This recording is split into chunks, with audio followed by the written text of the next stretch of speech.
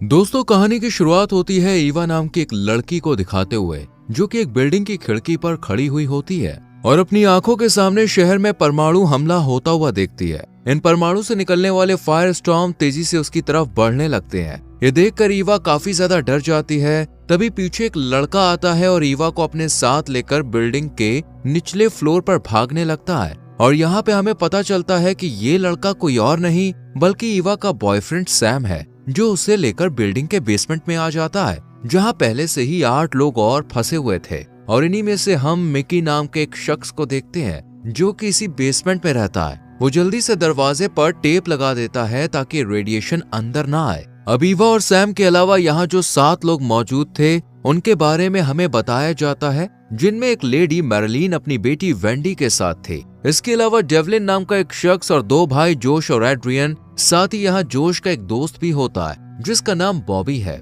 Mickey इन सभी से कहता है कि यहाँ रहने के कुछ रूल्स हैं। कोई भी दरवाजे को तब तक नहीं खोलेगा जब तक कि रेडिएशन क्लियर ना हो जाए। साथ ही वो आगे ये भी कहता है कि अगर तुम लोगों को जिंदा रहना है तो तुम्हें मेरी बात माननी पड़ेगी। तभी इन लोगों को बाहर से कुछ आवाज सुनाई देती है और बेसमेंट में रखा सामान अपने आप हिलने लगता है, जिसे देखकर ये सभी डर जाते हैं। लेकिन मिकी इन्हें बताता है कि शायद बिल्डिंग नीचे गिर गई है। और तभी जोश और बॉबी के ऊपर काफी सारी धूल गिर जाती है। इन दोनों को लगता है कि ये रेडिएशन डस्ट है, पर मिकी इनका कंफ्यूजन क्लियर करते हुए कहता है कि ये शेल्टर के अंदर की डस्ट है। वेंडी, जो कि अभी बहुत छोटी थी, वो ये सब देखकर काफी ज्यादा डर जाती है और मिकी के पास आकर उससे कहती है कि उसे यहाँ नहीं रहना है, बल्कि उसे अपने घर जाना है। ये सुनकर मिकी उसे प्यार से समझाते हुए कहता है कि अगर वो यहाँ से बाहर निकली तो रेडिएशन की वजह से उसके बाल गिरने लगेंगे और उसकी बॉडी से स्किन भी मेल्ट होकर गिर जाएगी। मिकी की ये बात सुनकर अब वेंडी और ज्यादा डरने लगती है कि तभी मैरिलीन उसके पास आ जाती है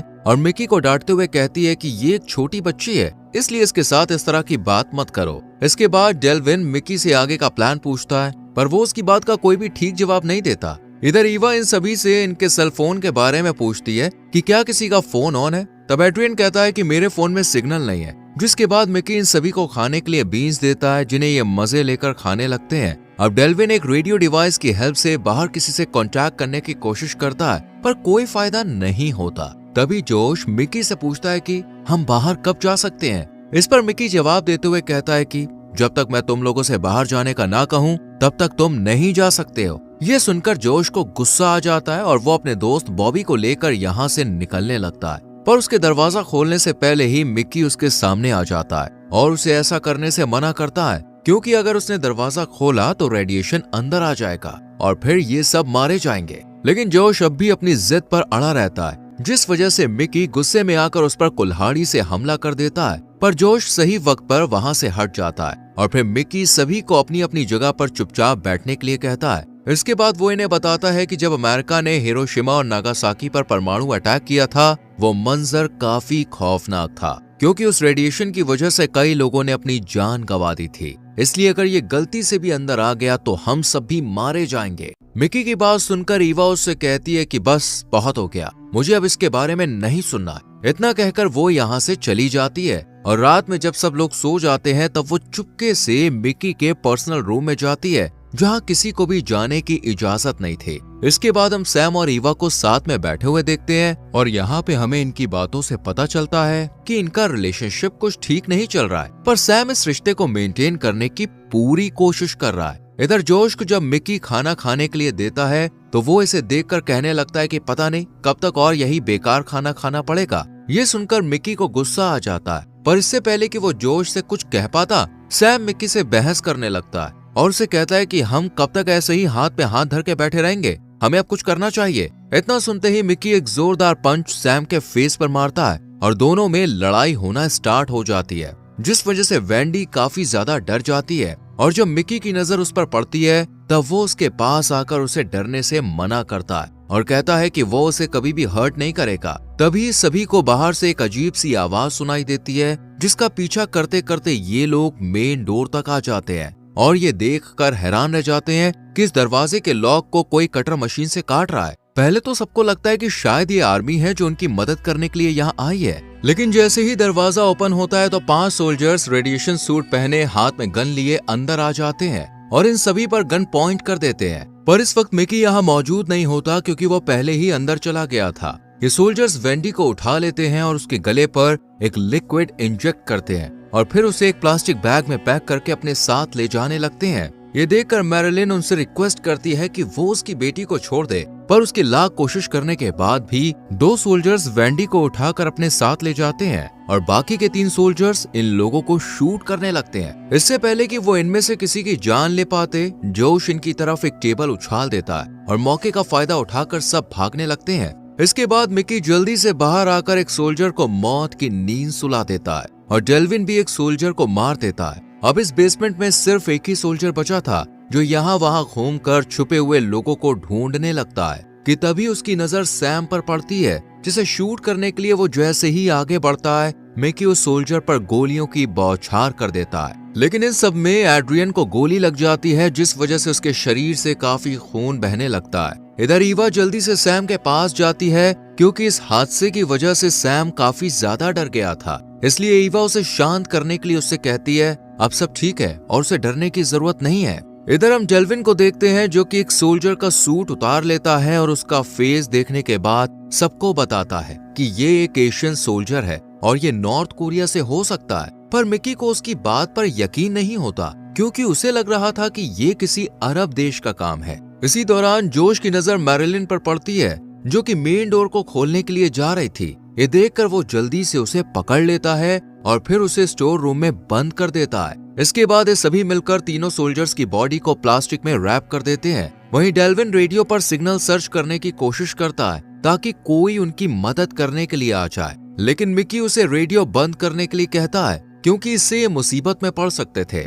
इसके बाद ईवा मैरिलिन के लिए खाना लेकर स्टोर रूम में जाती है कि तभी यहाँ बॉबी आ जाता है और वेंडी का टॉय इनके सामने फेंक कर चला जाता है, जिसे देखकर मैरिलिन बहुत ज्यादा रोने लगती है। तब ईवा उसे गले लगाकर हौसला देती है। इधर हम देखते हैं कि अब ये सभी मिलकर इस बात पर बहस कर रहे हैं कि बाहर मदद मांगने के लिए कौन जाएगा, क्योंकि एक ही रेडिएशन सूट है और बाकी के 2 डैमेज हो गए। इस पर ईवा कहती है कि मैं बाहर जाकर हेल्प ला सकती हूँ, पर मिकी को उस पर भरोसा नहीं था, इसलिए वो जोश को भेजने का फैसला करता है क्योंकि वो अपने भाई एड्रियन के लिए जरूर वापस आएगा। जिसके बाद जोश सूट पहनकर रेडी हो जाता है। तब मैरिलिन उसके पास आकर उससे कहती है कि वो वेंडी को सही सलामत वापस लेकर आए। ये सुनकर जोश उससे प्रॉमिस करता है और मेन डोर ओपन करके एक टनल से होते हुए एक लैब में पहुंच जाता है, जहां उसे 2 साइंटिस्ट दिखाई देते हैं जो इसी तरह का रेडिएशन सूट पहने हुए थे और कुछ रिसर्च कर रहे थे। तभी उसकी नजर एक ट्रे पर जाती है जिसमें काफी सारे बाल रखे हुए थे, यानी ये रिसर्च इंसानों के ऊपर ही की जा रही थी। जैसे ही जोश आगे बढ़ता है तो ये देखकर हैरान रह जाता है कि कुछ बच्चों को अलग अलग कंपार्टमेंट में रखा गया है, जो कि एक तरह का कैप्सूल है और उन बच्चों में एक वेंडी भी है जिसके सारे बाल निकालकर उसकी आंखों पर बैंडेज लगा दिया गया है। साथ ही मुंह में एक ट्यूब भी लगा हुआ था जिसके जरिए वो सांस ले रही थी। जोश वेंडी की ये हालत देखकर काफी डर जाता है और सोचने लगता है कि आखिर इन बच्चों पर इतनी खतरनाक रिसर्च कौन कर सकता है कि तभी एक सोल्जर की नजर उस पर पड़ जाती है और जैसे ही वो जोश को पकड़ने के लिए आगे बढ़ता है, जोश उसे धक्का देकर भागने लगता है और भागते भागते 2 सोल्जर को शूट कर जल्दी से शेल्टर के अंदर पहुंच जाता है और सबको बाहर के हालातों के बारे में बताता है। साथ ही मैरिलिन से माफी मांगते हुए कहता है कि वो वेंडी को वापस नहीं ला पाया। ये सुनकर मैरिलिन काफी ज्यादा रोने लगती है, पर इतने में ही इन्हें एक अजीब सी आवाज सुनाई देती है और जब ये जाकर चेक करते हैं तब इन्हें पता चलता है कि कुछ सोल्जर बाहर से डोर को वेल्डिंग कर रहे हैं ताकि अब कोई भी बाहर ना आ सके। ये जानने के बाद सभी बहुत दुखी होते हैं क्योंकि अब इनके पास यहाँ से निकलने का कोई रास्ता नहीं था। इसके बाद हम ईवा को एड्रियन का बैंडेज करते हुए देखते हैं और दोनों की बातों से साफ जाहिर होता है कि ये पहले से ही एक दूसरे को जानते हैं, लेकिन आज तक कभी कोई बात नहीं की। पर आज ईवा को एड्रियन के साथ टाइम स्पेंड करके काफी अच्छा लगता है और दोनों जैसे ही एक दूसरे को किस करने के लिए आगे बढ़ते हैं तभी यहाँ सैम आ जाता है जो ईवा को अपने साथ ले जाता है। इन सभी को अब इस शेल्टर में रहते हुए करीब 1 हफ्ता बीत गया था और अब सोल्जर्स की बॉडी भी सड़ने लगी थी, जिस वजह से पूरे शेल्टर में बदबू उड़ रही थी। ये देखकर मिकी कहती है कि हम इनकी बॉडी के टुकड़े करके इन्हें सेप्टिक टैंक के रास्ते से बाहर फेंक सकते हैं और वो ये काम बॉबी को सौंपता है, जिसे पूरा करने के बाद वो उन टुकड़ों को सेप्टिक में डाल देता है। इधर हम डेल्विन को चुपके से मिकी के रूम में जाते हुए देखते हैं। दरअसल उसे ऐसा लग रहा था कि मिकी इन लोगों से खाना छुपा कर रखता है और फूड शॉर्टेज की बात झूठी है, इसलिए डेल्विन सभी को मिकी के कमरे में बुला लेता है, जहां ईवा की नजर दीवार पर लगे 9/11 अटैक के पुराने अखबार पर जाती है। साथ ही वो मिकी की वाइफ और उसकी बेटी की भी तस्वीर लगी हुई देखती है। इतने में ही यहाँ मिकी आ जाता है और जब वो इनसे यहाँ आने की वजह पूछता है तब एड्रियन उसे बताता है कि हम यहाँ खाने की तलाश कर रहे हैं। ये सुनकर मिकी को गुस्सा आ जाता है और वो इन लोगों से कहता है कि यहाँ कोई फूड नहीं है, जो कुछ बचा था सब खत्म हो गया। इस पर डेल्विन अब सभी को इस रूम का इस्तेमाल करने के लिए कहता है। इधर हम मैरिलीन और बॉबी को इंटीमेट होते हुए देखते हैं। अब ये दोनों एंजॉय कर ही रहे थे कि इतने में यहाँ ईवा आ जाती है और मैरिलीन से कहती है कि अगर वो अपनी बेटी के बारे में उससे कुछ बात करना चाहती है तो कर सकती है, पर बॉबी उसे भी अपने साथ इंटीमेट होने के लिए कहता है, जिस वजह से ईवा गुस्सा होकर यहाँ से चली जाती है। वहीं रूम में हम जोश, डेल्विन और एड्रियन को मिकी से लड़ते हुए देखते हैं, क्योंकि इन्हें यही लग रहा था कि उसने फूड छुपा दिया है और वो किसी को बता नहीं रहा है, जिस वजह से मिकी गुस्से में जोश को पंच मार देता है और दोनों में लड़ाई शुरू हो जाती है। जिसके बाद डेल्विन लॉकर से अपनी गन निकालने के लिए जाता है और यहाँ पर हमें पता चलता है कि वो एक सिक्योरिटी गार्ड है। डेल्विन अपनी गन लेकर जल्दी से मिकी के रूम की तरफ जाने लगता है, लेकिन उसे ईवा देख लेती है और वो भी उसके पीछे पीछे जाने लगती है। इस बात से अनजान अब डेल्विन मिकी के रूम की तलाशी लेना शुरू कर देता है और तब उसे एक सीक्रेट रूम दिखाई देता है, जहाँ मिकी ने बहुत सारा फूड स्टोरेज करके रखा हुआ था। तभी यहाँ मिकी भी आ जाता है और डेल्विन से गन छीन कर उसे शूट कर देता है, जिस वजह से उसकी जान चली जाती है। वहीं ईवा भी ये सब देख रही होती है, इसलिए वो जल्दी से सभी को मिकी के कमरे में ले आती है। जिसके बाद ये लोग मिकी को पकड़कर उसे एक चेयर से बांध देते हैं और उससे कमरे का कॉम्बिनेशन लॉक पूछते हैं, पर वो उन्हें कुछ भी नहीं बताता है। पर जैसे ही जोश उसे डराने के लिए उसकी एक उंगली काटता है, वैसे ही मिकी उन्हें लॉक के बारे में सब कुछ बता देता है। फिर ये सभी मिलकर उस रूम को ओपन करते हैं जहाँ बहुत सारा खाना रखा हुआ था। खाना लेने के बाद जोश मिकी को इसी रूम में बंद करके यहाँ से चला जाता है। इसी तरह दिन बीतते जाते हैं और अब शेल्टर के अंदर रहने के बाद भी इन लोगों पर रेडिएशन का असर होने लगा था। सबके बाल झड़ने लगे थे और चेहरा भी सफेद पड़ चुका था। साथ ही सभी अपना मेंटल कंट्रोल भी खो बैठे थे। तभी ईवा यहाँ से उठकर मेन डोर के पास जाती है और उसे जोर जोर से पीटने लगती है, क्योंकि अब वो इस चार दीवारी में रह रहकर परेशान हो चुकी थी। कि इतने में ही उसके पास सैम आ जाता है और उसे सिड्यूस करने लगता है। पर ईवा को ये सब बिल्कुल भी अच्छा नहीं लगता, इसलिए वो उसे धक्का देकर यहाँ से चली जाती है। कि तभी उसकी नजर रूम में जोश, मैरिलीन और बॉबी पर पड़ती है, जो तीनों इंटीमेट हो रहे थे। ये देखकर ईवा कुछ देर उन्हें ऐसे ही देखती रहती है और फिर यहाँ से जाने लगती है। पर तभी उसके सामने एड्रियन आ जाता है और उसे ड्रिंक ऑफर करता है, जिसके लिए वो भी राजी हो जाती है और दोनों एक जगह बैठकर ड्रिंक करते हुए बात करने लगते हैं। पर बातों के दौरान ईवा थोड़ी इमोशनल हो जाती है और उसे एहसास हो जाता है कि यहाँ सिर्फ एड्रियन ही है जो उसे समझता है। इधर हम मैरिलीन को रूम से बाहर निकलते हुए देखते हैं, जिसे बॉबी और जोश ने बुरी तरह से फिजिकली टॉर्चर किया था। वो ईवा के पास आकर उसके सामने काफी रोती है और उससे कहती है कि मैं अब ये सब और नहीं करना चाहती। अब ये दोनों बात कर ही रही थी कि जोश और बॉबी दोनों यहाँ आ जाते हैं और जबरदस्ती मैरिलीन को उठाकर अपने साथ ले जाते हैं। इस दौरान वो काफी चीखती है, चिल्लाती है और ईवा उसकी हेल्प करने के लिए भी जाती है, पर एड्रियन उसे रोक लेता है। अब जोश और बॉबी ने फूड स्टोरेज रूम पर भी अपना कब्जा जमा लिया था, जिनके पास ईवा जब खाना लेने के लिए जाती है तब जोश उसे पहले इंटीमेट होने के लिए कहता है, जिसके बाद वो बिना खाना लिए ही वहाँ से बाहर आ जाती है।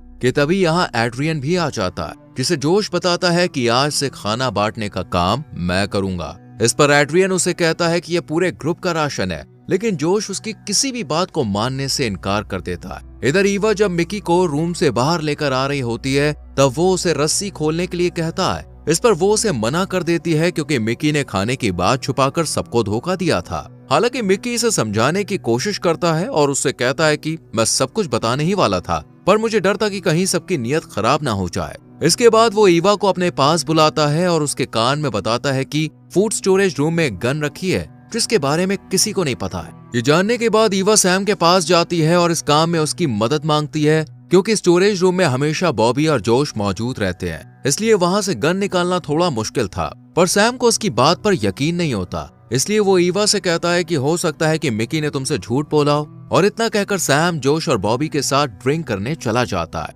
ईवा भी उसके पीछे पीछे जाती है और उसे बुलाने की कोशिश करती है, पर वो उसे देखकर नजरअंदाज कर देता है। कि तभी ईवा की नजर एक कोने में बैठी मैरिलीन पर पड़ती है, जिसे बुरी तरह से टॉर्चर किया गया था। यहाँ तक कि उसकी नाक और मुंह से भी खून निकल रहा था। जिसके बाद जोश ईवा को भी अपने साथ ट्रुथ एंड डेयर गेम खेलने के लिए अप्रोच करता है। तभी वह ट्रुथ चूज करती है और जोश के सामने सैम के बारे में पूछती है कि क्या वो उसे पसंद करती है। इस पर ईवा हाँ में जवाब देती है। फिर जोश एड्रियन का नाम लेता है और उससे पूछता है कि क्या वो उसे भी पसंद करती है। इस पर ईवा हाँ में जवाब देती है और जोश एड्रियन का नाम लेता है और उससे पूछता है कि क्या वो उसे भी पसंद करती है। इस पर ईवा हाँ में जवाब देती है। फिर जोश एड्रियन का नाम लेता है और उससे पूछता है कि क्या वो भी उसे पसंद करती है। इस पर ईवा कहती है कि तुम अपना सवाल पहले ही पूछ चुके हो। इस तरह इन दोनों में बहस हो जाती है, जिसके बाद सैम जोश को शांत होने के लिए कहता है और ये बात उसे बिल्कुल भी अच्छी नहीं लगती। इसलिए वो सैम को डेल्विन के लाश के टुकड़े करने का डेयर देता है। हालांकि ईवा उसे ऐसा करने से मना करती है, पर वो उसकी एक नहीं सुनता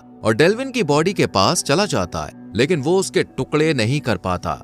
ये देखकर जोश उसका हाथ मोड़ देता है और ईवा से इस काम को पूरा करने के लिए कहता है। साथ ही ये वार्निंग भी देता है कि अगर उसने ऐसा नहीं किया तो वो सैम का हाथ तोड़ देगा। मजबूरन ईवा को डेल्विन की बॉडी काटनी पड़ती है, जिस वजह से वो बहुत ज्यादा दुखी हो जाती है। इधर हम देखते हैं कि जोश अपने बालों को ट्रिम कर रहा है, जिसके बाद वो बॉबी के बालों को भी काट देता है। शायद अब इन दोनों को पता चल चुका था कि इनकी जिंदगी बस कुछ दिनों की ही मेहमान है, क्योंकि रेडिएशन का असर अब और भी ज्यादा बढ़ता जा रहा था। इसके बाद बॉबी लड़कियों के कपड़े पहन लेता है और पूरे फेस पर मेकअप लगा लेता है। वहीं ईवा मिकी के पास जाकर उससे गन के बारे में पूछती है। इस पर मिकी उसे बताता है कि वो एक लाल बॉक्स में रखी हुई है। साथ ही वो ये भी कहता है कि मुझे तुम पर पूरा भरोसा है कि तुम जो भी करोगी वो सही करोगी। इसके बाद मिकी ईवा को इस शेल्टर से निकलने का एक और रास्ता बताता है, जो सेप्टिक से होकर गुजरता है, यानी कि टॉयलेट से। मिकी कहता है कि अगर तुम्हें यहाँ से निकलना है तो इस गंदगी को तैर कर पार करना होगा। ये सुनकर ईवा स्टोरेज रूम में पहुंच जाती है,